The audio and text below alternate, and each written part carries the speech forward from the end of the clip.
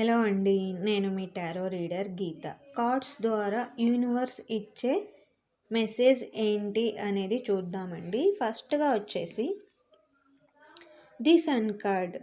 మన లైఫ్లో గతంలో జరిగిన బాధలన్నింటినీ, ఏవైతే చెడు జ్ఞాపకాలు ఉన్నాయో వాటన్నిటినీ మరచిపోవడానికి ఎంతవరకు వీలైతే అంత ప్రయత్నించండి. వాటినే తలుచుకుంటూ బాధపడడం వల్ల ప్రజెంట్ ఇప్పుడున్న మన లైఫ్ని కూడా మనం ఎంజాయ్ చేయలేము.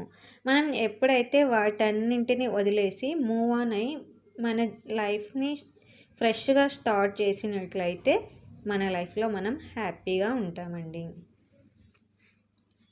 నెక్స్ట్ వచ్చేసి క్వీన్ ఆఫ్ స్వార్డ్స్. ప్రజెంట్ ఇప్పుడున్న సిచ్యువేషన్లో మీరు చాలా చాలా స్ట్రాంగ్గా ఉండాలి. ఎమోషనల్లీ స్ట్రాంగ్గా ఉండాలి. కమ్యూనికేట్ చేయడంలో స్ట్రాంగ్గా ఉండాలి.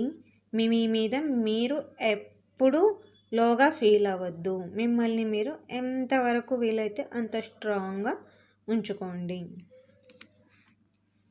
నెక్స్ట్ వచ్చేసి 10 ఆఫ్ స్వార్డ్స్. మన లైఫ్లో బాధ పెట్టేవాళ్ళు ఎప్పుడు బాధ పెడుతూనే ఉంటారు. అలాంటి వాళ్ళ మాటలు మీ మనసుకు తీసుకోకండి.